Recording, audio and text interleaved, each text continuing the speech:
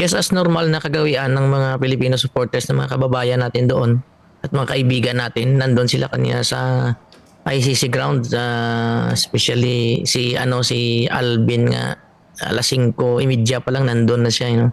So marami din sila nagtitipon-tipon at hanggang ngayon ay nag-aantay pa rin sila sa labas kasi nais nilang kunan ng statement, no, na inaantay ni Alvin sa labas, nais niya kunan ng statement si Attorney Kaufman.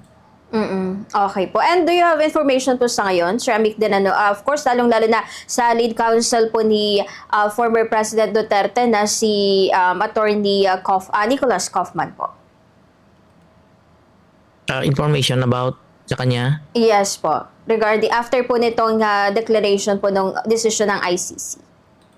Well, so far, yun na nga, no, inaantay siya ngayon sa labas para makunan ng statement.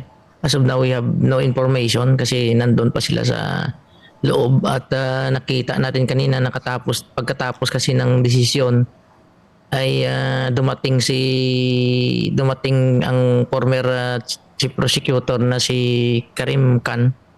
Dumating siya, on the live video nakita natin at isang Pilipino na lumabas doon na nandun pa daw sa loob si Attorney Kaufman at siguro magkakaroon pa sila ng mga huddle with the defense counsel at siguro sa iba pang mga kaano nila doon sa loob.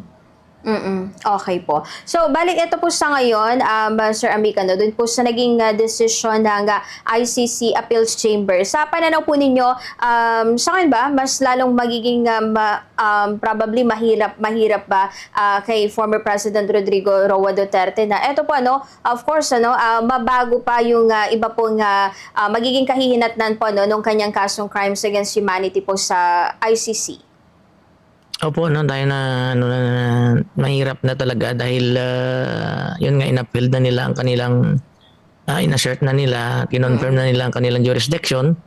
So we are just waiting naman sa 28, no, for the confirmation of charges.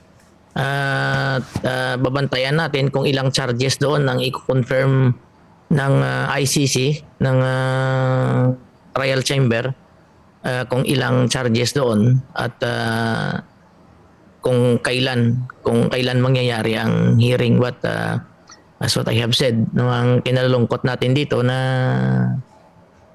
malaki, no, mahaba ang oras na igugugol talaga doon ni Tatay Digong dahil sa sistema ng kanilang hustisya doon na masyadong matagal ang pagsiset ng hearing.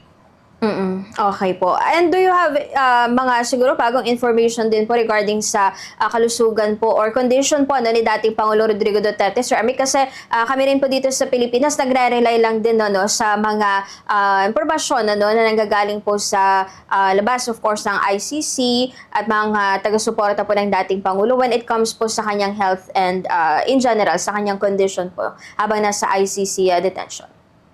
So po, as per Kitty, dahil si Kitty nandun ngayon na dumadalaw, mamaya nga dadalaw siya uli. His will and God. Okay daw ngayon ang kalagayan ng health condition ni Tatay Digong. In general, okay siya.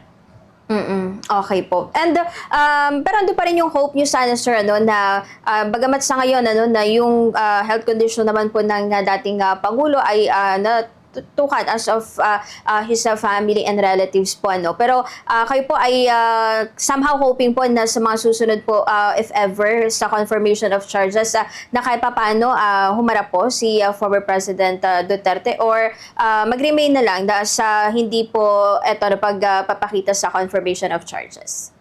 Sa katauhan siguro ni Tatay Digong is malabo na mag-attend talaga siya dahil pinanindigan niya mula pa man noon. Ayaw niya talaga magpailalim sa mga dayuhang bansa at hindi niya talaga kinikilala pa rin ang jurisdiction ng International Criminal Court in his person. Kaya I think at hindi rin siya siguro attend sa hearing.